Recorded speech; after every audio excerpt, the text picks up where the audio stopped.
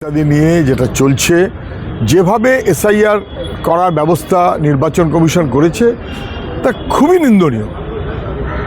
SIR যদি নির্ভুল voter তালিকা হয় তাহলে কোনো অসুবিধা নেই, কিন্তু এসআইআর মানে আসলে হয়রানি করব, আসলে নাগরিকত্বের সঙ্গে মেলাবো, আসলে ভয় দেখাবো বিজেপির যাতে সুবিধে হয়, এই মনোভাবে বিজেপি যেহেতু চলতে চায় সেই কারণে তো ভয় দেখাবার রাজনীতি যেমন বিজেপি করে তেমন আরএসএসের ইন্ধনে তৃণমূলও করে।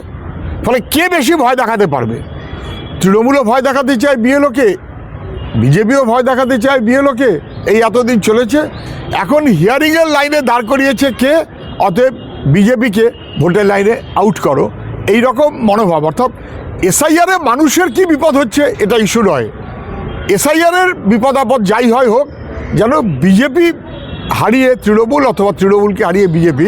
আর মানুষ বলছে অনুপ্রবেশকারী বলে লাইনে দাঁড় করিয়েছে তৃণমূল বিজেপি দুজনেই, বাংলার মানুষকে দাঁড়িয়ে দিয়েছে দুজনেই, এই দুজনকেই মানুষ রুখে দেবে নির্বাচনে।